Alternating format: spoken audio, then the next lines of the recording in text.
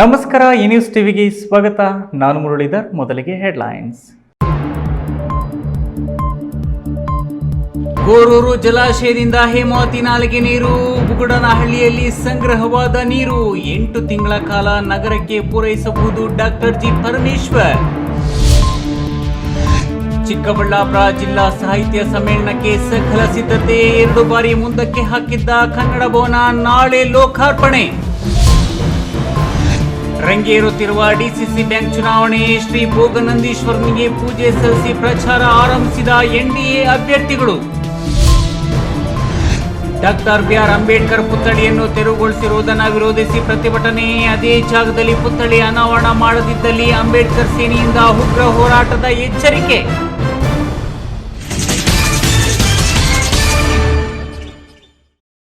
ವಾರ್ತೆಗಳ ವಿವರ. ಹೇಮಾವತಿ ನಾಲೆಯಿಂದ ಬುಗುಡನಹಳ್ಳಿಯಲ್ಲಿ ಸಂಗ್ರಹವಾಗುವ ನೀರು ಮುಂದಿನ 8 ತಿಂಗಳ ಕಾಲ ನಗರಕ್ಕೆ ಪೂರೈಕೆ ಮಾಡಬಹುದಾಗಿದೆ ಎಂದು ಗೃಹ ಸಚಿವ ಹಾಗೂ ತುಮಕೂರು ಜಿಲ್ಲಾ ಉಸ್ತುವಾರಿ ಸಚಿವ ಡಾಕ್ಟರ್ ಜಿ ಪರಮೇಶ್ವರ್ ತಿಳಿಸಿದರು.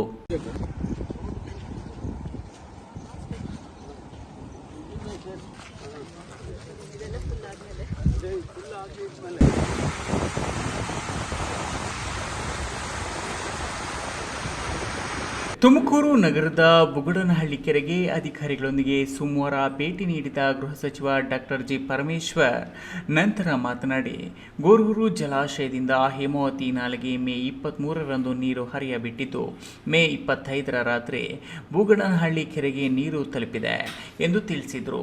ನಗರದಲ್ಲಿ ಕುಡಿಯುವ ನೀರಿಗೆ ತೊಂದರೆಯಾಗಬಾರದೆಂಬ ಉದ್ದೇಶದಿಂದ ಹಾಸನದಲ್ಲಿ ಇತ್ತೀಚೆಗೆ ಜರುಗಿದ ನೀರಾವರಿ ಸಮಿತಿ ನಿರ್ಣಯದಂತೆ ಕುಡಿಯುವ ನೀರಿನ ಉದ್ದೇಶಕ್ಕಾಗಿ ತುಮಕೂರಿಗೆ ಗೋರೂರು ಜಲಾಶಯದಿಂದ ನೀರು ಹರಿಸಲಾಗಿದೆ. ಮುಂದಿನ 50 ದಿನಗಳಿಗೆ ಮಾತ್ರ ಪೂರೈಕೆ ಮಾಡುವಷ್ಟು ಕೆರೆಯಲ್ಲಿ ನೀರು ಲಭ್ಯವಿದ್ದು, ಮುಂದಾಲೋಚನೆಯಿಂದ ಕೆರೆಗೆ ನೀರು ಹರಿಸಲಾಗಿದೆ ಎಂದು ತಿಳಿಸಿದರು. ಹೇಮಾವತಿ ನೀರನ್ನು ಬುಗುಡನಹಳ್ಳಿ ಕೆರೆಯಲ್ಲಿ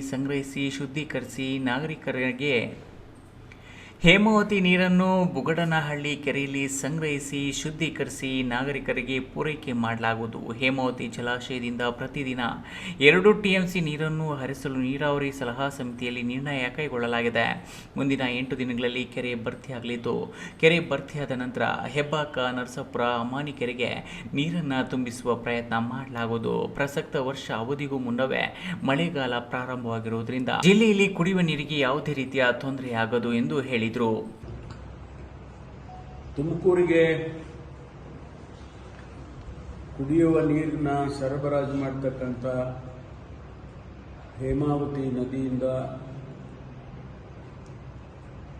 ನಮಗೆ ತುಮಕೂರಿನಲ್ಲಿ ಏನು ನಾವು ಪ್ರತಿ ವರ್ಷ ಸ್ಟಾಕ್ ಮಾಡ್ಕೊಡ್ತೇವೆ, ಆ ನೀರು ಬುಗುಡ್ನಳ್ಳಿ ಕೆರೆಯಿಂದ ತುಮಕೂರಿಗೆ ಶುದ್ಧ ಮಾಡಿ ತುಮಕೂರಿಗೆ ನೀರನ್ನು ಕೊಡ್ತೇವೆ.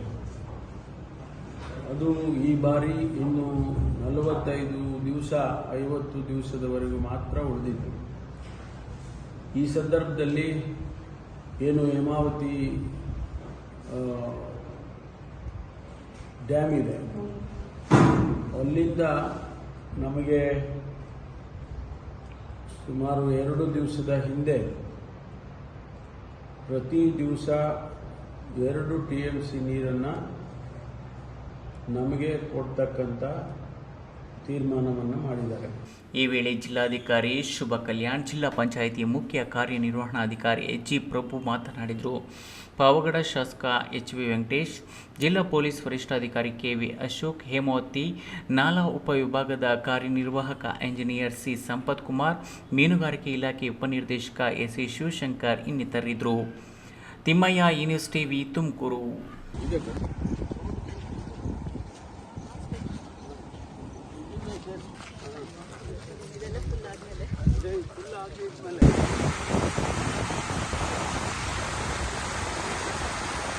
ಚಿಕ್ಕಬಳ್ಳಾಪುರ ಜಿಲ್ಲೆಯ ರಂಗ ಕಲಾವಿದರ ಸಾಹಿತ್ಯಾಸಕ್ತರ ಕನಸು ಕೊನೆಗೂ ಈಡೇರುತ್ತಿದೆ. 2 ಬಾರಿ ಮುಂದೂಡಲಾಗಿದ್ದ ಕನ್ನಡ ಭವನ ಹಾಗೂ ಜಿಲ್ಲಾ ಸಾಹಿತ್ಯ 10ನೇ ಸಮ್ಮೇಳನ ನಾಳೆ ನಡೆಯಲಿದ್ದು, ಸಕಲ ಸಿದ್ಧತೆ ನಡೆಸಲಾಗಿದೆ. ಜಿಲ್ಲಾಧಿಕಾರಿಗಳು ಈ ಬಗ್ಗೆ ಪರಿಶೀಲನೆ ನಡೆಸಿದರೆ, ಸಾಹಿತ್ಯ ಪರಿಷತ್ ಅಧ್ಯಕ್ಷರು ನುಡಿ ಜಾತ್ರೆಗೆ ಬೇಕಾದ ತಯಾರಿಯಲ್ಲಿ ತೊಡಗಿದ್ದಾರೆ.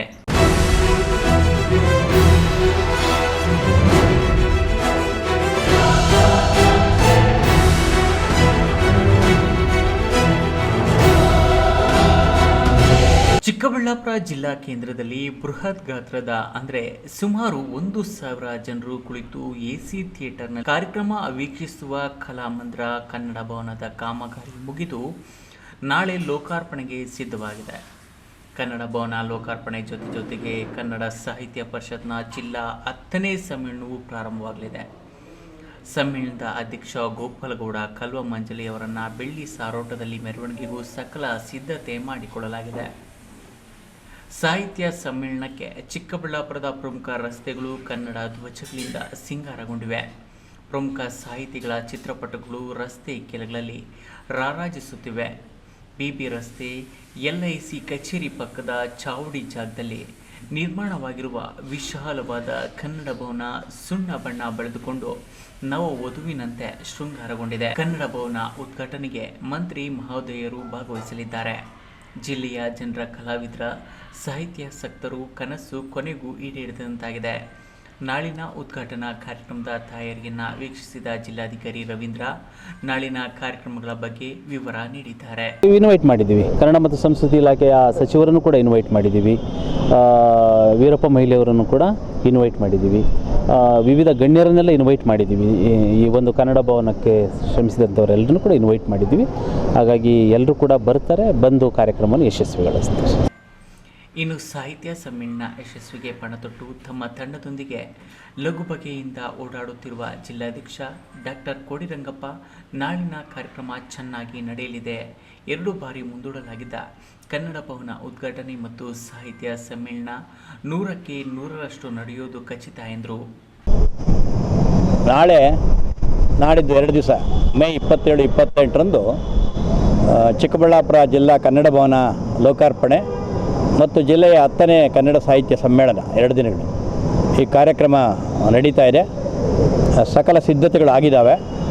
ಈಗಾಗಲೇ 2 ಬಾರಿ ಇದು ಮುಂದೂಡಲ್ಪಟ್ಟು ತಾಂತ್ರಿಕವಾದ ಕಾರಣಗಳಿಗೋಸ್ಕರ ಈಗ ಅದು ಶುಭ ಕಾಲ ಒದಗಿ ಬಂದಿದೆ. ಸಿದ್ಧತೆಗಳು ಎಲ್ಲ ಆಹ್ವಾನಿತರಿಗೆ ನಾವು ಆಹ್ವಾನ ಪತ್ರಿಕೆಯನ್ನು ಕಳಿಸಿದ್ದೇವೆ. ಸದಸ್ಯರಿಗೆ ವಾಟ್ಸಪ್ ಮೂಲಕ ಕಳಿಸಿದ್ದೇವೆ. ಇನ್ನೂ ಹೆಚ್ಚು ಜನ ಗ್ರಾಮೀಣ ಸದಸ್ಯರಿಗೆ ದೂರವಾಣಿ ಕರೆ ಮೂಲಕ ಹೇಳಿದ್ದೇವೆ. ಈ ವೇಳೆ CO ಪ್ರಕಾಶ್ ನಿಟ್ಟಾಲಿ, ADC ಭಾಸ್ಕರ್, ಕನ್ನಡ ಸಂಸ್ಕೃತಿ ಇಲಾಖೆ ರವಿಕುಮಾರ್, ಕರವೇ ಪ್ರವೀಣ್ ಶೆಟ್ಟಿ ಬಣದ ರಾಜ್ಯ ಉಪಾಧ್ಯಕ್ಷ ತಿಪ್ಪೇನಹಳ್ಳಿ ನಾರಾಯಣಸ್ವಾಮಿ, ಕಸಾಪ ತಾಲೂಕು ಅಧ್ಯಕ್ಷ ಯಲವಳ್ಳಿ ಸೊನ್ನೇಗೌಡ ಇನ್ನಿತರರು ಹಾಜರಿದ್ದರು. ಕ್ಯಾಮರಾ ಪರ್ಸನ್ ಅಶೋಕ್ ಜೊತೆ KS Narayanaswamy, news TV Chikkaballapur.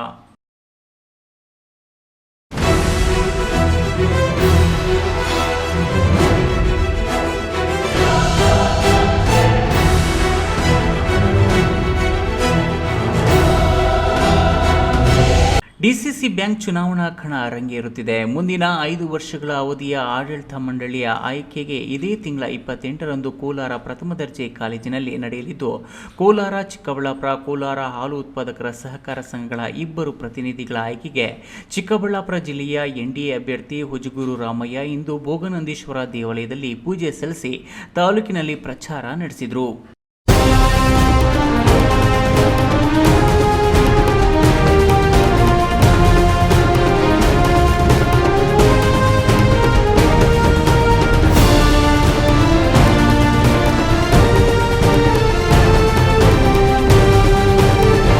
Chikkaballapur Kolar ಕೇಂದ್ರ ಸಹಕಾರ ಬ್ಯಾಂಕ್ಗೆ ಇದೇ ತಿಂಗಳ 28ರಂದು ಚುನಾವಣೆ ನಡೆಯುತ್ತಿದ್ದು, ಮುಂದಿನ 5 ವರ್ಷಗಳ ಅವಧಿಗೆ ಆಡಳಿತ ಮಂಡಳಿಗೆ 18 ನಿರ್ದೇಶಕರ ಆಯ್ಕೆ ಮಾಡಬೇಕಿದ್ದು, ಅವರ ಪೈಕಿ 6 ಜನ ಅವಿರೋಧ ಆಯ್ಕೆಯಾಗಿದ್ದು, ಉಳಿದ 12 ನಿರ್ದೇಶಕರ ಸ್ಥಾನಕ್ಕೆ ಚುನಾವಣೆ ನಡೆಯುತ್ತಿದೆ. ಘಟಾನುಘಟಿಗಳೇ ಚುನಾವಣೆಗೆ ಸ್ಪರ್ಧಿಸಿದ್ದು, ಮತದಾರರು ಸೀಮಿತ ಸಂಖ್ಯೆಯಲ್ಲಿದ್ದರೂ ಪ್ರಚಾರ ಮಾತ್ರ ಭರ್ಜರಿಯಾಗಿ ನಡೆಯುತ್ತಿದೆ. ಚಿಕ್ಕಬಳ್ಳಾಪುರ ಜಿಲ್ಲೆಯಿಂದ ಹಾಲು ಉತ್ಪಾದಕರ ಸಹಕಾರ ಸಂಘಗಳ ಕ್ಷೇತ್ರದಿಂದ ಆಯ್ಕೆಯಾಗಬೇಕಿರುವ 2 ನಿರ್ದೇಶಕರ ಸ್ಥಾನಕ್ಕೆ ಕಾಂಗ್ರೆಸ್ನಿಂದ ಮೋಹನ್ ರೆಡ್ಡಿ, NDA ಅಭ್ಯರ್ಥಿಯಾಗಿ ಹುಜಗೂರು ರಾಮಯ್ಯ ಕಣದಲ್ಲಿದ್ದಾರೆ. NDA ಅಭ್ಯರ್ಥಿ ಹುಜಗೂರು ರಾಮಯ್ಯ ಇಂದು ತಮ್ಮ ಮುಖಂಡರ ಜೊತೆ ಭೋಗನಂದೀಶ್ವರ ದೇವಾಲಯದಲ್ಲಿ ಪೂಜೆ ಸಲ್ಲಿಸಿ ಚಿಕ್ಕಬಳ್ಳಾಪುರ ತಾಲೂಕಿನಲ್ಲಿ ಪ್ರಚಾರ ನಡೆಸಿದರು. ಮೊದಲನೇದಾಗಿ ನಾನು NDA ಅಭ್ಯರ್ಥಿ. ನಮ್ಮ ಜಿಲ್ಲೆಯ ಎಲ್ಲ ನಾಯಕರು ಕೂಡ ನನಗೆ ಒಬ್ಬ ರೈತರ ಸೇವೆ ಮಾಡಲಿಕ್ಕೆ ಒಂದು ಅವಕಾಶ ಮಾಡಿಕೊಟ್ಟು ನಿಲ್ಲಬೇಕು ಅಂತ ಹೇಳಿದಾಗ ನಾನು ಅವ್ರ ಮಾತಿಗೆ ಗೌರವ ಕೊಟ್ಟು ನಾನು ನಿಂತಿದ್ದೀನಿ. ಅದರ ಪ್ರಕಾರ ಅವರು ಕೂಡ ನನ್ನ ಎಲೆಕ್ಷನ್ ನಾನೆಲ್ಲ ಮಾಡ್ತಾ ಇರೋದು, ಎಲ್ಲ ನನ್ನ NDA ನಾಯಕರು ಮತ್ತು ಮುಖಂಡರುಗಳು. ಇನ್ನು ಹುಜಗೂರು ರಾಮಯ್ಯ ಜೊತೆ ಪ್ರಚಾರದಲ್ಲಿ ತೊಡಗಿಕೊಂಡಿದ್ದ ಸಹಕಾರ ರತ್ನ ಕೊಚ್ಚುಮುಲ್ ಮಾಜಿ ಅಧ್ಯಕ್ಷ KV ನಾಗರಾಜ್ ಮಾತನಾಡಿ, ಸಂಸದ ಡಾಕ್ಟರ್ K ಸುಧಾಕರ್ ಸೂಚಿತ ಅಭ್ಯರ್ಥಿ ಹುಜಗೂರು ರಾಮಣ್ಣ ಗೆಲುವಿಗೆ ಜಿಲ್ಲೆಯ ಎಲ್ಲ ತಾಲೂಕುಗಳಿಂದ ಬೆಂಬಲವಿದೆ. ಶಿಡ್ಲಘಟ್ಟ ಶಾಸಕ ರವಿಕುಮಾರ್, ಚಿಂತಾಮಣಿ ಮಾಜಿ ಶಾಸಕ JK ಕೃಷ್ಣಾರೆಡ್ಡಿ ಬೆಂಬಲದಿಂದ ನಮ್ಮ ಅಭ್ಯರ್ಥಿ ಗೆಲುವು ಖಚಿತ. ಇನ್ನು ಚಿಕ್ಕಬಳ್ಳಾಪುರ ತಾಲೂಕಿನಿಂದ ಆಯ್ಕೆಯಾಗಬೇಕಿರುವ ಅಭ್ಯರ್ಥಿಯ ಬಗ್ಗೆ ನಾಳೆ ಸುಧಾಕರ್ ತೀರ್ಮಾನ ಕೈಗೊಳ್ಳಿದ್ದು, ಮೂವರಲ್ಲಿ ಯಾರು ನಮ್ಮ ಅಧಿಕೃತ ಅಭ್ಯರ್ಥಿ ಎಂಬುದು ಹೊರಬೀಳಲಿದೆ ಎಂದರು. ಇದೇ ತಿಂಗಳು 28ನೇ ತಾರೀಕು ನಡೀತಕ್ಕಂಥ ಕೋಲಾರ ಚಿಕ್ಕಬಳ್ಳಾಪುರ ಜಿಲ್ಲಾ ಸಹಕಾರ ಕೇಂದ್ರ ಬ್ಯಾಂಕ್ನಲ್ಲಿ ಚಿಕ್ಕಬಳ್ಳಾಪುರ ಜಿಲ್ಲೆಯ ಹಾಲು ಉತ್ಪಾದಕರ ಸಹಕಾರ ಸಂಘಗಳು ಅಂದರೆ ಮಹಿಳಾ ಸಂಘಗಳು ಸೇರಿ ಇದಕ್ಕೆ ಒಂದು ಚುನಾವಣೆ ನಡೀತಾ ಇದೆ.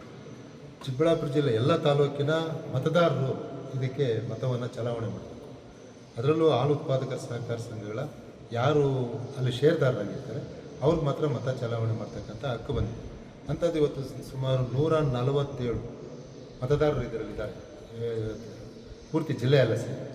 ಅದರಲ್ಲಿ ಶಿಡ್ಲಘಟ್ಟ ಹೆಚ್ಚಿನ ಒಂದು ಮತದಾರರಿದ್ದಾರೆ, ಚಿಂತಾಮಣಿ, ಚಿಕ್ಕಬಳ್ಳಾಪುರ, ಇನ್ನು ಉಳಿಕೆ ಕಡೆಯೂ ಮತದಾರರಿದ್ದಾರೆ. ಇದು ಏನಪ್ಪ ಅಂದರೆ ಜಿಲ್ಲಾ ಸಹಕಾರ ಕೇಂದ್ರ ಬ್ಯಾಂಕ್ನಲ್ಲಿ ಈಗಾಗಲೇ ನಮ್ಮ ಹುಜಗೂರು ರಾಮಣ್ಣ ಹೇಳಿದ ರೀತಿಯಲ್ಲಿ ರೈತರಿಗೆ ಬಡ್ಡಿ ರಹಿತ ಸಾಲ ಕೊಡ್ತಕ್ಕಂಥ ಮತ್ತು ಸ್ತ್ರೀಶಕ್ತಿ ಸಂಘಗಳಿಗೂ ಕೂಡ ಸಾಲವನ್ನು ನೆರವನ್ನು ಕೊಟ್ಟು ಆರ್ಥಿಕವಾಗಿ ಆ ಮಹಿಳೆಯರನ್ನು ಮೇಲೆ ಎತ್ತಕ್ಕಂಥ ಕೆಲಸ ಆಗುತ್ತೆ. ಈ ವೇಳೆ ಪೆರೇಸಂದ್ರ ಚನ್ನಕೃಷ್ಣಾರೆಡ್ಡಿ, JDS ಜಿಲ್ಲಾಧ್ಯಕ್ಷ ಮುಕ್ತ ಮುನಿಯಪ್ಪ, MFC ನಾರಾಯಣಸ್ವಾಮಿ, SKL ದ್ಯಾವಪ್ಪ ನಾರಾಯಣಸ್ವಾಮಿ ಇನ್ನಿತರರು ಹಾಜರಿದ್ದರು. ಕ್ಯಾಮರಾ ಪರ್ಸನ್ ಅಶ್ವಥ್ ಜೊತೆ KS Narayanaswamy, news TV, Chikkaballapur.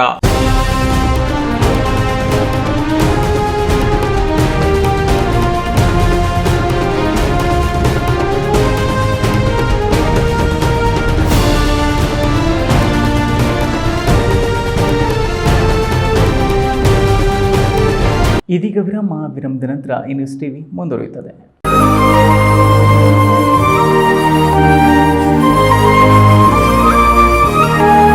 Best PU college.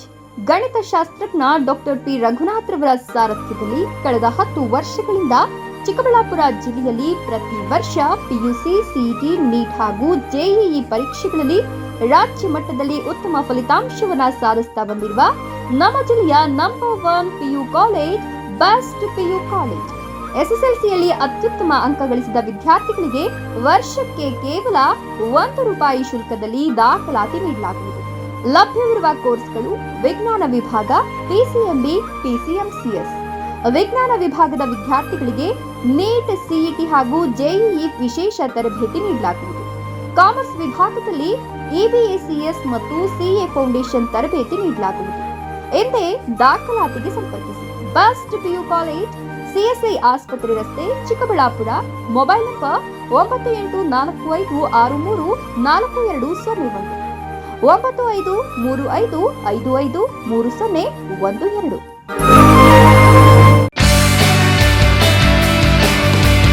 Jain mission ಆಸ್ಪತ್ರೆ. ಜೈನ್ ಮಿಷನ್ ಟ್ರಸ್ಟ್ನ ಲಾಭರಹಿತ ಉಪಕ್ರಮ, BB ರಸ್ತೆ, ಚಿಕ್ಕಬಳ್ಳಾಪುರ. ದಶಕಗಳಿಂದ ಆರೋಗ್ಯ ಕ್ಷೇತ್ರದಲ್ಲಿ ಲಾಭರಹಿತವಾಗಿ ಸೇವೆ ಸಲ್ಲಿಸುತ್ತಿರುವ ಜೈನ್ ಮಿಷನ್ ಆಸ್ಪತ್ರೆ ಲಕ್ಷಾಂತರ ಜನರಿಗೆ ಉಚಿತವಾಗಿ ಕಣ್ಣಿನ ಶಸ್ತ್ರಚಿಕಿತ್ಸೆ ಮಾಡಿದೆ. ಗುಣಮಟ್ಟದ ಆರೋಗ್ಯ ಸೇವೆಗಾಗಿ ಕರ್ನಾಟಕ ಸರ್ಕಾರದಿಂದ ಪ್ರಶಂಸೆಗೆ ಒಳಗಾಗಿದೆ. ಈಗ ಚಿಕ್ಕಬಳ್ಳಾಪುರ, ಬೆಂಗಳೂರು ಗ್ರಾಮಾಂತರ, ಕೋಲಾರ ಜಿಲ್ಲೆಯ ಜನರ ಆರೋಗ್ಯ ಸೇವೆಗೆ ನಿರ್ಮಾಣವಾಗಿದೆ ಸುಸಜ್ಜಿತವಾದ 100 ಹಾಸಿಗೆಗಳ ಆಸ್ಪತ್ರೆ. ದಿನದ 24 ಗಂಟೆ ತುರ್ತು ಚಿಕಿತ್ಸೆಯಿಂದ ಹಿಡಿದು ಎಲ್ಲ ಕಾಯಿಲೆಗಳಿಗೂ ಚಿಕಿತ್ಸೆ ಲಭ್ಯ. ಅತ್ಯಾಧುನಿಕ ICU, ಆಪರೇಷನ್ ಥಿಯೇಟರ್, ವಿಶೇಷ ವಾರ್ಡ್, ಹೆರಿಗೆ ವಾರ್ಡ್, ಮಕ್ಕಳ ವಾರ್ಡ್, ಅತ್ಯಾಧುನಿಕ ಪ್ರಯೋಗಾಲಯ ಸೌಲಭ್ಯಗಳು ದೊರೆಯುತ್ತವೆ. ನಮ್ಮ ಆಸ್ಪತ್ರೆಯಲ್ಲಿ ಫಿಜಿಷಿಯನ್, ಹೃದಯ ತಜ್ಞರು, ಮೂಳೆ ಶಸ್ತ್ರಚಿಕಿತ್ಸೆ, ಸ್ತ್ರೀರೋಗ, ENT, ಡಯಾಲಿಸಿಸ್, ಮಕ್ಕಳ ತಜ್ಞರು ಸೇರಿದಂತೆ ಎಲ್ಲಾ ಸೇವೆಗಳು ಜೈನ್ ಮಿಷನ್ ಆಸ್ಪತ್ರೆಯಲ್ಲಿ ಲಭ್ಯ. ಹೈಟೆಕ್ ಆಸ್ಪತ್ರೆ ಸೌಲಭ್ಯ ಕಡಿಮೆ ದರದಲ್ಲಿ ಲಭ್ಯ. ಲಾಭ ಮಾಡುವುದು ನಮ್ಮ ಸಂಸ್ಥೆಯ ಉದ್ದೇಶವಲ್ಲ, ಆರೋಗ್ಯ ಸೇವೆ ನಮ್ಮ ಗುರಿ. Newton integrated PU college Chikkaballapur. ದಾಖಲಾತಿಗಳು ಪ್ರಾರಂಭವಾಗಿದ್ದು ಸೈನ್ಸ್ PCMB, PCMCS ಹಾಗೂ ಕಾಮರ್ಸ್, CBA, ಅತಿ ಕಡಿಮೆ ಶುಲ್ಕ ಮತ್ತು 20 ವರ್ಷಗಳ ಅನುಭವವಿರುವ ಅಧ್ಯಾಪಕರು.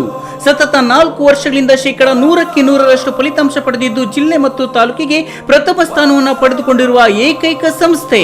ಪ್ರತಿನಿತ್ಯ ಸಂಜೆ 5ರಿಂದ 7ರವರೆಗೆ ನಿರಂತರ 8 ತಿಂಗಳು JEE, NEET, CET ತರಗತಿಗಳನ್ನು ನಡೆಸುತ್ತಿದ್ದು ಪ್ರಸ್ತುತ ವರ್ಷ ನೀಟ್ನಲ್ಲಿ ಉತ್ತಮ ಅಂಕ ಗಳಿಸಿ ಶಶಿಪ್ರಸಾದ್ ಮತ್ತು ಮೋನಿಕಾ ಸರ್ಕಾರಿ ವೈದ್ಯಕೀಯ ಸೀಟು ಪಡೆದಿದ್ದಾರೆ. ಹಿಂದೆ ನಿಮ್ಮ ಮಕ್ಕಳನ್ನ ಸೇರಿಸಿ. ವಿರಾಮದ ನಂತರ ಈ ನ್ಯೂಸ್ ಟಿವಿಗೆ ಸ್ವಾಗತ. ಚಿಕ್ಕಬಳ್ಳಾಪುರ ಜಿಲ್ಲೆಯ ಚಿಂತಾಮಣಿಯ ಸರ್ಕಾರಿ ಬಾಲಕರ ಶಾಲೆಯ ಆವರಣದಲ್ಲಿ ರಾತ್ರೋರಾತ್ರಿ ಸಂವಿಧಾನ ಶಿಲ್ಪಿ ಡಾಕ್ಟರ್ BR ಅಂಬೇಡ್ಕರ್ ಪುತ್ಥಳಿಯನ್ನು ತೆರವುಗೊಳಿಸಿರುವುದು ಖಂಡಿಸಿ ಕೃತ್ಯ ಎಸಗಿರುವ ಅಧಿಕಾರಿಗಳ ವಿರುದ್ಧ ಕ್ರಮ ಕೈಗೊಂಡು ಜಿಲ್ಲೆಯಿಂದ ವರ್ಗಾಯಿಸಬೇಕು.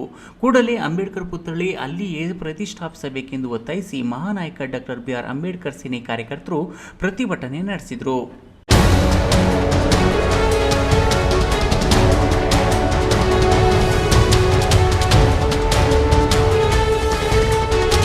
ಚಿಂತಾಮಣಿಯಲ್ಲಿ ಡಾಕ್ಟರ್ BR ಅಂಬೇಡ್ಕರ್ ಪುತ್ಥಳಿಯನ್ನು ತೆರವುಗೊಳಿಸಿರುವುದನ್ನು ವಿರೋಧಿಸಿ ಚಿಕ್ಕಬಳ್ಳಾಪುರ ಜಿಲ್ಲಾ ಕೇಂದ್ರದಲ್ಲಿ ಮಹಾನಾಯಕ ಡಾಕ್ಟರ್ BR ಅಂಬೇಡ್ಕರ್ ಸೇನೆಯಿಂದ ಪ್ರತಿಭಟನೆ ಮಾಡಿದರು.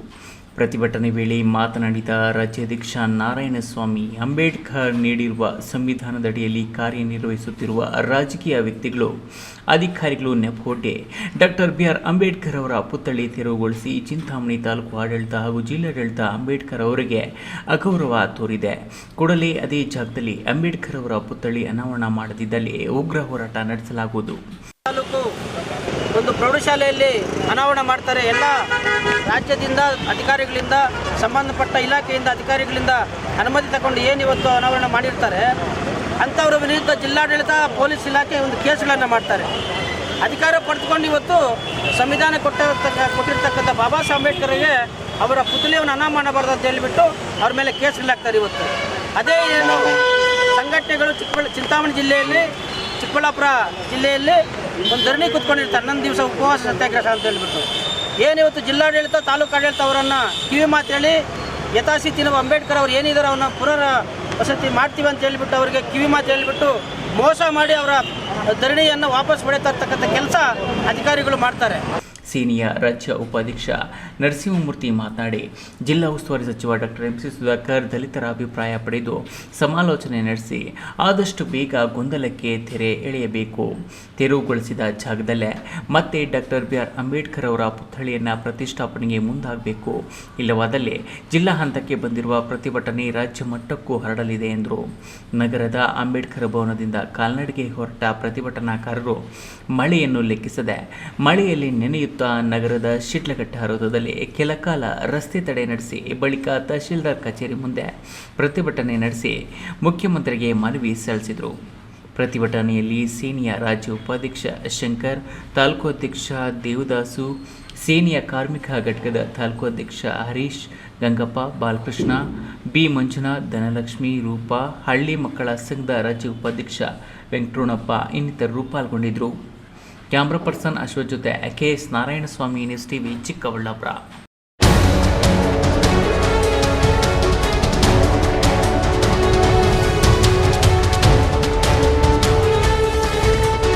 ಶಿಡ್ಲಘಟ್ಟ ತಾಲೂಕಿನ ದಿಬ್ಬುರಹಳ್ಳಿ ಗ್ರಾಮ ಪಂಚಾಯಿತಿಯ ಪುರಬೈರೇನಹಳ್ಳಿ ಬಳಿ ಗ್ರಾನೈಟ್ ಕಟ್ಟಿಂಗ್ ಮತ್ತು ಪ್ರೋಸೆಸ್ ಯೂನಿಟ್ ಘಟಕ ಸ್ಥಾಪನೆಗೆ ಸರ್ಕಾರದ ವಿವಿಧ ಇಲಾಖೆಗಳು ಅನುಮತಿ ನೀಡಿದ್ದು, ಅದಕ್ಕೆ ಸಂಬಂಧಿಸಿದಂತೆ ಗ್ರಾಮ ಪಂಚಾಯಿತಿಯಿಂದ ಯಾವುದೇ ರೀತಿಯ ಪರವಾನಗಿ ನೀಡಬಾರದು ಎಂದು ಪುರಬೈರೇನಹಳ್ಳಿ ಸುತ್ತಮುತ್ತಲ ಗ್ರಾಮಸ್ಥರು ದಿಬ್ಬುರಹಳ್ಳಿ ಗ್ರಾಮ ಪಂಚಾಯಿತಿ PDO ಅವರಿಗೆ ಸೋಮವಾರ ಮನವಿ ಪತ್ರ ಸಲ್ಲಿಸಿದರು. ಶಿಡ್ಲಘಟ್ಟ ತಾಲೂಕಿನ ದಿಬ್ಬುರಹಳ್ಳಿ ಗ್ರಾಮ ಪಂಚಾಯಿತಿ ವ್ಯಾಪ್ತಿಯ ಪುರಬೈರೇನಹಳ್ಳಿ ಬಳಿ ಗ್ರಾನೈಟ್ ಕಟ್ಟಿಂಗ್ ಮತ್ತು ಪ್ರೊಸೆಸಿಂಗ್ ಯೂನಿಟ್ ಆರಂಭಿಸಲು ಸಿದ್ಧತೆಗಳು ನಡೆದಿದ್ದು, ಅದರ ಮಾಲೀಕ D ಗೋವಿಂದರಾಜು ಅವರು ಭೂ ಪರಿವರ್ತಿತ ಜಮೀನಿನ ಈ ಖಾತೆ ನೀಡಲು ಹಾಗೂ ಸಾಮಾನ್ಯ ಪರವಾನಗಿ ನೀಡಲು ಗ್ರಾಮ ಪಂಚಾಯಿತಿಗೆ ಅರ್ಜಿ ಸಲ್ಲಿಸಿದ್ದಾರೆ. ಗ್ರಾಮ ಪಂಚಾಯಿತಿಯ ಸಾಮಾನ್ಯ ಸಭೆಯಲ್ಲಿ D ಗೋವಿಂದರಾಜು ಸಲ್ಲಿಸಿದ ಅರ್ಜಿಯನ್ನು ಪರಿಶೀಲಿಸಿದ್ದು, ಪರವಾನಗಿ ನೀಡಲು ಮತ್ತು ಈ ಖಾತೆ ಮಾಡಲು ಬಹುಮತದ ಆಧಾರದಲ್ಲಿ ಸಭೆಯಲ್ಲಿ ನಿರ್ಣಯ ಕೈಗೊಳ್ಳಲಾಗಿದೆ.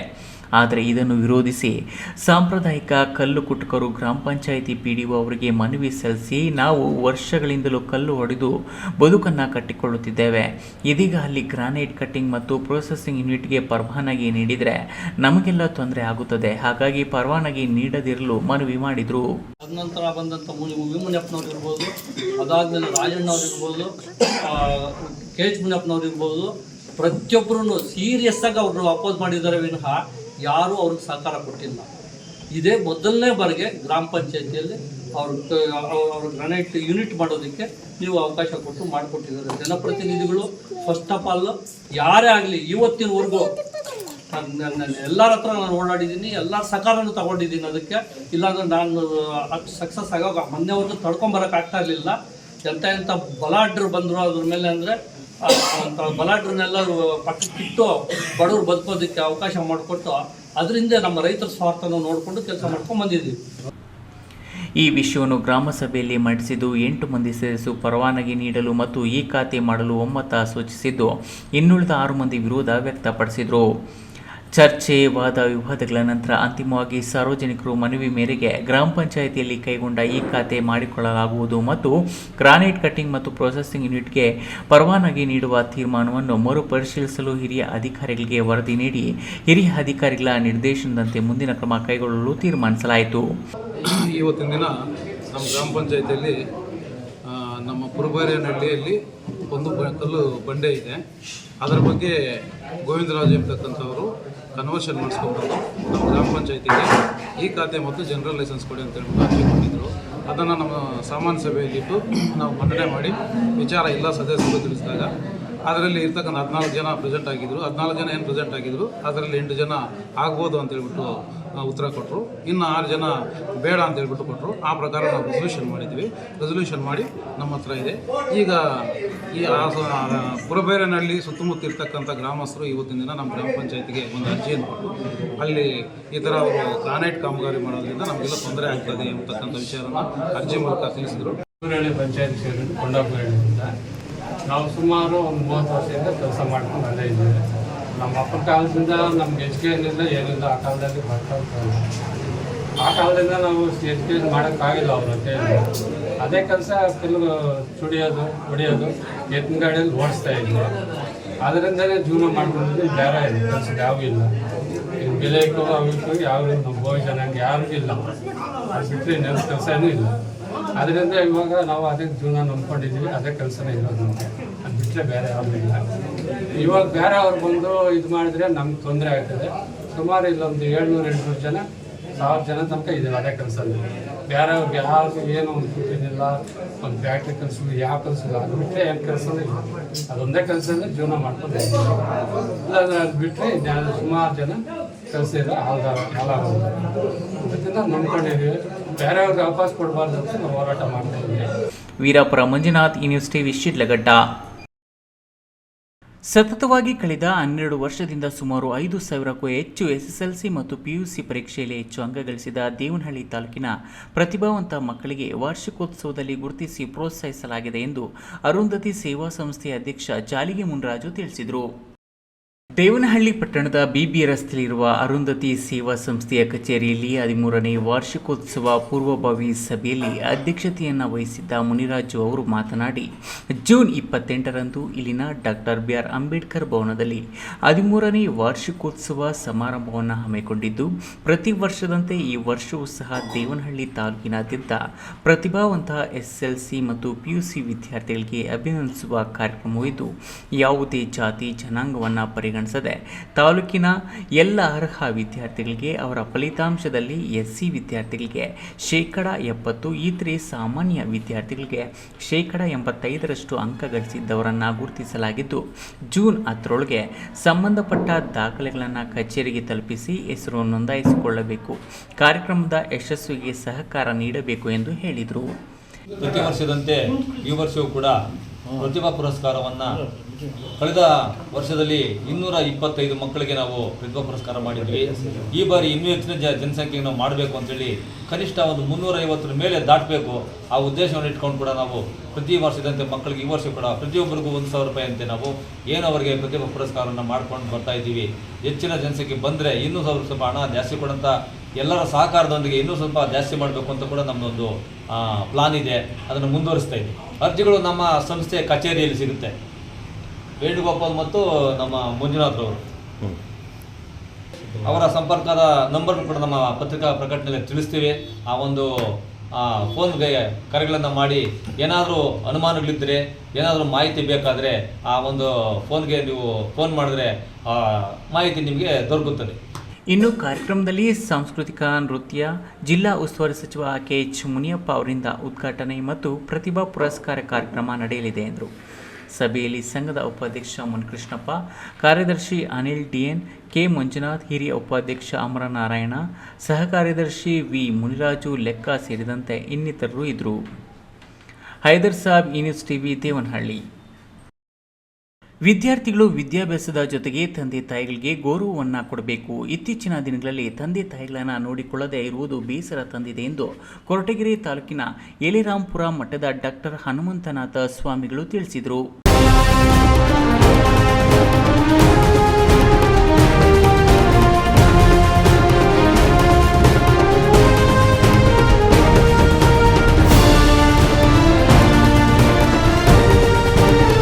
ಗುಬ್ಬಿ ತಾಲೂಕಿನ ಚೇಳೂರಿನಲ್ಲಿ ಕುಂಚಿಟಿಗ ಮಹಾಸಭಾದಿಂದ ಹಮ್ಮಿಕೊಂಡಿದ್ದ ಕಾರ್ಯಕ್ರಮದಲ್ಲಿ ವಿದ್ಯಾರ್ಥಿಗಳಿಗೆ ಪ್ರತಿಭಾ ಪುರಸ್ಕಾರ ನೀಡಿ ಕೊರಟಗೆರೆ ತಾಲೂಕಿನ ಯಲಿರಾಂಪುರದ ಮಠದ ಡಾಕ್ಟರ್ ಹನುಮಂತನಾಥ ಸ್ವಾಮಿ ಮಾತನಾಡಿ, ವಿದ್ಯಾರ್ಥಿಗಳು ಸಂಸ್ಕಾರ ರೂಢಿಸಿಕೊಂಡು ಗೌರವಯುಕ್ತ ಬದುಕು ಕಟ್ಟಿಕೊಳ್ಳುವತ್ತ ಗಮನ ಹರಿಸಬೇಕು.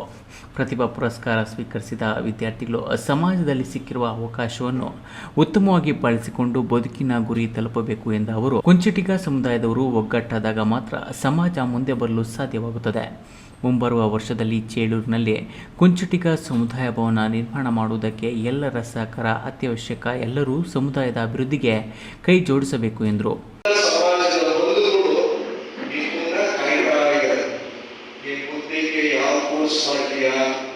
ಯಾವ ಪದವಿ ಹೋಗ್ತೀರಾ, ನೀವು ಒಳ್ಳೆ ಬಿಸ್ನೆಸ್ ಮಾಡ್ತೀರಾ ಅಥವಾ ಏನಾದ್ರು ಫಾರಿನ್ಗೆ ಹೋಗ್ತೀರಾ, ಅದನ್ನ ಎಲ್ಲರೂ ವಾಚ್ ಮಾಡ್ತಾ ಇದ್ದಾರೆ.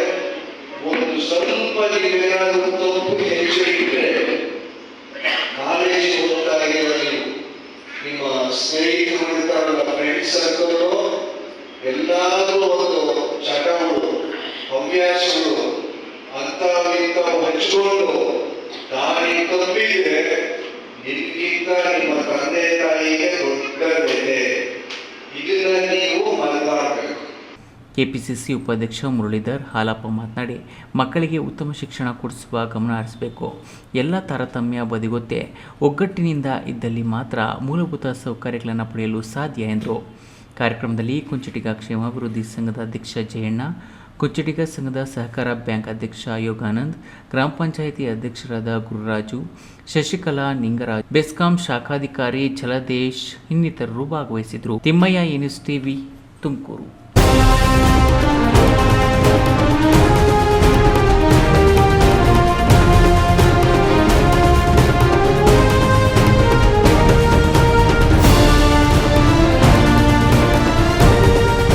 ಇದೀಗ ವಿರಾಮದ ನಂತರ ನ್ಯೂಸ್ ಟಿವಿ ಮುಂದುವರಿಯುತ್ತದೆ. ಭಾರತದ ಪ್ರತಿಷ್ಠಿತ ದ್ವಿಚಕ್ರ ವಾಹನಗಳಲ್ಲಿ ಒಂದಾದ ಹೀರೋ ಬೈಕ್ಗಳು ಹಾಗೂ ಹೊಸ ಎಲೆಕ್ಟ್ರಿಕ್ ವೀಡು ಸ್ಕೂಟರ್ಗಳ ಮಾರಾಟ ಮತ್ತು ಸರ್ವಿಸ್ ಚಿಕ್ಕಬಳ್ಳಾಪುರ ಮತ್ತು ಶಿಡ್ಲಘಟ್ಟದ ಮಂಜುನಾಥ ಶೋರೂಮ್ನಲ್ಲಿ ಲಭ್ಯ. ಚಿಕ್ಕಬಳ್ಳಾಪುರ ಜಿಲ್ಲೆಯಲ್ಲಿ ಪೆಟ್ರೋಲ್ ಹಾಗೂ ಎಲೆಕ್ಟ್ರಿಕ್ ಹೀರೋ ದ್ವಿಚಕ್ರ ವಾಹನಗಳ ಅಧಿಕೃತ ಮಾರಾಟಗಾರರು ಲಕ್ಷ್ಮೀನಾರಾಯಣ್ ಸಾರಥ್ಯದಲ್ಲಿ ಆರಂಭವಾಗಿರುವ ಮಂಜುನಾಥ ಹೀರೋ ಶೋರೂಮ್ಗಳು ಹಲವು ವೈಶಿಷ್ಟ್ಯತೆಗಳೊಂದಿಗೆ ಕೂಡಿವೆ. ವಿಳಾಸ ವಿಶಾಲ್ ಮಾರ್ಟ್ ಮುಂಭಾಗ, ಬಿಬಿ ರಸ್ತೆ, ಚಿಕ್ಕಬಳ್ಳಾಪುರ ಮತ್ತು KSRTC ಬಸ್ ಸ್ಟ್ಯಾಂಡ್ ಹತ್ತಿರ, ಶಿಡ್ಲಘಟ್ಟ. ಹಿಂದೆ ಭೇಟಿ. ನನ್ನ ಕನಸು ಡಾಕ್ಟರ್ ಆಗೋದು. ಡಾಕ್ಟರ್ ಆಗೋದು ನನ್ನ ಕನಸು. ಮಗಳು ಡಾಕ್ಟರ್ ಆಗಲಿ ಅನ್ನೋದು ನನ್ನ ಕನಸು. ಕನಸು ಎಲ್ಲರಿಗೂ ಇರುತ್ತದೆ. ಇಂಕ ಡಾಕ್ಟರ್ ಓಡ್ಪಂದು ಭಾರಿ ಆಸೆ ಉಂಡು. ಮೆಡಿಕಲ್ ಓದೋಣ ನಡ ಸ್ವಪ್ನ. ಮಕ್ಕಸುಚ್ ಎಕ್ಕ ಸಪನ ಡಾಕ್ಟರ್ ಜಾವ್ ಕಾಮೂಣ. ಕನಸು ಎಲ್ಲೆಲ್ಲೂ ಇರುತ್ತದೆ. ಮೆಡಿಕಲ್ ಓದುವುದು ನನ್ನ ಕನಸು. ನನ್ನ ಮಗನು ಡಾಕ್ಟರ್ ಆಗ್ಬೋದೇನ್ರಿ? ನನ್ನ ಕನಸು ಡಾಕ್ಟರ್ ಆಗೋದು. ಕನಸು ಎಲ್ಲರ ಹಕ್ಕು. ಆದರೆ ಕನಸು ನನಸಾಗಲು ಬೇಕು ನಂಬಿಕೆ, ಛಲ ಮತ್ತು ಪರಿಶ್ರಮ. ಪರಿಶ್ರಮ ನೀಟ್ ಅಕಾಡೆಮಿ. ಕಷ್ಟಪಟ್ಟು ಹಣ ಕೊಡಿಸಿ ಒಡವೆ ಮಾಡಿಸಿರ್ತೀರಿ. ಮಕ್ಕಳ ಉನ್ನತ ವ್ಯಾಸಕ್ಕೋ, ಅವ್ರ ಮದ್ವೆಗೋ ಅಥವಾ ಯಾವ್ದಾದ್ರೂ ಆರೋಗ್ಯ ಸಮಸ್ಯೆ ಬಂದಾಗ ಹಣ ಬೇಕಾಗತ್ತೆ. ಆ ಚಿನ್ನವನ್ನ ಮಾರೋಕೆ ಅಂತ ಹೋದಾಗ ಬೇಕಾ ಬಿಟ್ಟಿ ಬೆಲೆ ಕೇಳ್ತಾರೆ ಅನ್ನೋ ಚಿಂತೆಲಿದ್ದೀರಾ? ಇನ್ನು ಮುಂದೆ ಆ ಚಿಂತೆ ಮಾಡೋ ಪ್ರಮೇಯನೇ ಇಲ್ಲ. ಹಿಂದೆ ಹಿಂದೂಸ್ತಾನ್ ಗೋಲ್ಡ್ ಕಂಪನಿಗೆ ಬನ್ನಿ. ತಾವು ಅಡ ಇಟ್ಟಿರೋ ಚಿನ್ನವನ್ನ ತಕ್ಷಣ ಬಿಡಿಸಿ ಇಂದಿನ ಆನ್ಲೈನ್ ಬೆಲೆಗೆ ಕೊಂಡ್ಕೊಂಡು ಕೂಡಲೇ ಬಾಕಿ ಹಣವನ್ನ ನಿಮ್ ಕೈ ಕೊಡ್ತಾರೆ. ನಿಮ್ಮ ಕನಸಿನ ಸಾಕಾರಕ್ಕೆ ಜೊತೆ ಆಗ್ತಾರೆ. ಹಿಂದೂಸ್ತಾನ್ ಗೋಲ್ಡ್ ಕಂಪನಿ, ಇದು ನಿಮ್ಮ ಕಂಪನಿ ಅಲ್ಲ, ನಮ್ಮೆಲ್ಲರ ಕಂಪನಿ. ವಿರಾಮದ ನಂತರ ನ್ಯೂಸ್ ಟಿವಿಗೆ ಸ್ವಾಗತ. ಇದೀಗ ಸಂಕ್ಷಿಪ್ತ ಸುದ್ದಿಗಳು.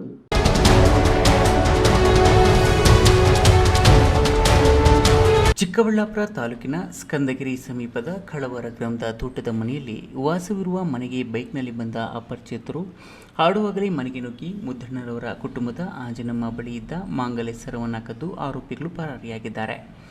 ಸರ ಕದಿಯುವ ಸಂದರ್ಭದಲ್ಲಿ ಆಂಜನಮ್ಮನವರ ಬಾಯಿಗೆ ಬಟ್ಟೆ ತುರುಕಿ ಸುಮಾರು 3 ಲಕ್ಷ ಮೌಲ್ಯದ ಸರ ಕಿತ್ತುಕೊಂಡು ಪರಾರಿಯಾಗಿದ್ದಾರೆ ಎನ್ನಲಾಗಿದ್ದು, ಸುದ್ದಿ ತಿಳಿಯುತ್ತಿದ್ದಂತೆ ನಂದಿ ಪೊಲೀಸರು ಭೇಟಿ ನೀಡಿ ಪರಿಶೀಲಿಸಿದ್ದು, ಆರೋಪಿಗಳ ಪತ್ತೆಗೆ ಈ ಮಾರ್ಗದಲ್ಲಿನ ಸಿಸಿ ಕ್ಯಾಮೆರಾಗಳನ್ನು ಪರಿಶೀಲಿಸಿದ್ದು ತನಿಖೆ ಕೈಗೊಂಡಿದ್ದಾರೆ.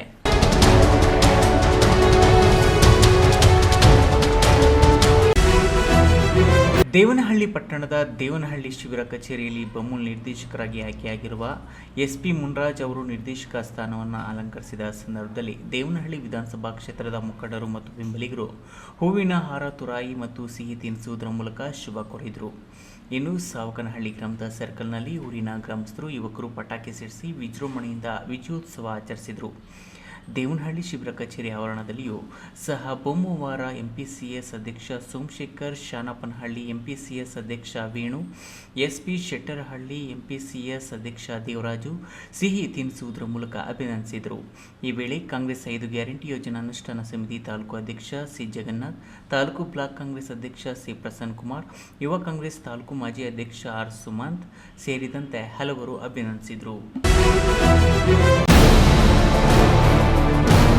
ಮನೆಗೆ ಎಳೆದಿದ್ದ ವಿದ್ಯುತ್ ತಂತಿ ಸ್ಪರ್ಶಿಸಿ 13 ವರ್ಷದ ಬಾಲಕ ಸಾವನ್ನಪ್ಪಿರುವಂತಹ ಘಟನೆ ತುಮಕೂರು ಜಿಲ್ಲೆ ಚಿಕ್ಕನಾಯಕನಹಳ್ಳಿಯಲ್ಲಿ ನಡೆದಿದೆ.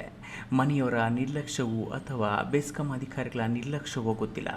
13 ವರ್ಷದ ಅಚ್ಯುತ್ ಕುಮಾರ್ ವಿದ್ಯುತ್ ಅವಘಡಕ್ಕೆ ಪ್ರಾಣ ಕಳೆದುಕೊಂಡ ದುರ್ದೈವಿಯಾಗಿದ್ದು, ಪೋಷಕರ ಆಕ್ರಂದನ ಮುಗಿಲು ಮುಟ್ಟಿದೆ. ಇನ್ನು ತಾಲೂಕಿನಲ್ಲಿ ವಿದ್ಯುತ್ ಅವಘಡಕ್ಕೆ ಈಗಾಗಲೇ 3 ಜನ ಬಲಿಯಾಗಿದ್ದು, ಅದರಲ್ಲಿ 2 ಮಕ್ಕಳೇ ಆಗಿದ್ದಾರೆ. ಎಲ್ಲ ಪ್ರಕರಣಗಳು ಪೊಲೀಸ್ ಠಾಣೆಯಲ್ಲಿ ದಾಖಲಾಗಿವೆ. ಮಳೆ ಹೆಚ್ಚಾಗಿರುವ ಕಾರಣ ಸಾರ್ವಜನಿಕರು ಮನೆಗಳಿಗೆ ಹಾಕಿರುವ ಹಳೆಯ ತಂತಿ ಮತ್ತು ವೈರ್ಗಳನ್ನು ಬದಲಾಯಿಸಿಕೊಳ್ಳಲು ಅರಿವು ಮೂಡಿಸಬೇಕೆಂದು ಸಾರ್ವಜನಿಕರು ಮನವಿ ಮಾಡಿದ್ದಾರೆ. ಕೊನೆಯದಾಗಿ ಮತ್ತೊಮ್ಮೆ ಹೆಡ್ಲೈನ್ಸ್. ಗೋರೂರು ಜಲಾಶಯದಿಂದ ಹೇಮಾವತಿ ನಾಲೆಗೆ ನೀರು, ಬುಗುಡನಹಳ್ಳಿಯಲ್ಲಿ ಸಂಗ್ರಹವಾದ ನೀರು 8 ತಿಂಗಳ ಕಾಲ ನಗರಕ್ಕೆ ಪೂರೈಸಬಹುದು ಡಾಕ್ಟರ್ ಜಿ ಪರಮೇಶ್ವರ್. ಚಿಕ್ಕಬಳ್ಳಾಪುರ ಜಿಲ್ಲಾ ಸಾಹಿತ್ಯ ಸಮ್ಮೇಳನಕ್ಕೆ ಸಕಲ ಸಿದ್ಧತೆ, 2 ಬಾರಿ ಮುಂದಕ್ಕೆ ಹಾಕಿದ್ದ ಕನ್ನಡ ಭವನ ನಾಳೆ ಲೋಕಾರ್ಪಣೆ. ರಂಗೇರುತ್ತಿರುವ ಡಿಸಿಸಿ ಬ್ಯಾಂಕ್ ಚುನಾವಣೆ, ಶ್ರೀ ಭೋಗನಂದೀಶ್ವರನಿಗೆ ಪೂಜೆ ಸಲ್ಲಿಸಿ ಪ್ರಚಾರ ಆರಂಭಿಸಿದ ಎನ್ಡಿಎ ಅಭ್ಯರ್ಥಿಗಳು. ಡಾಕ್ಟರ್ ಬಿಆರ್ ಅಂಬೇಡ್ಕರ್ ಪುತ್ಥಳಿಯನ್ನು ತೆರವುಗೊಳಿಸಿರುವುದನ್ನು ವಿರೋಧಿಸಿ ಪ್ರತಿಭಟನೆ, ಅದೇ ಜಾಗದಲ್ಲಿ ಪುತ್ಥಳಿ ಅನಾವರಣ ಮಾಡದಿದ್ದಲ್ಲಿ ಅಂಬೇಡ್ಕರ್ ಸೇನೆಯಿಂದ ಉಗ್ರ ಹೋರಾಟದ ಎಚ್ಚರಿಕೆ. ದಿನನಿತ್ಯದ ಸುದ್ದಿ ಸ್ಪರ್ಶಕ್ಕಾಗಿ ತಪ್ಪದೆ ವೀಕ್ಷಿಸಿ ನ್ಯೂಸ್ ಟಿವಿ.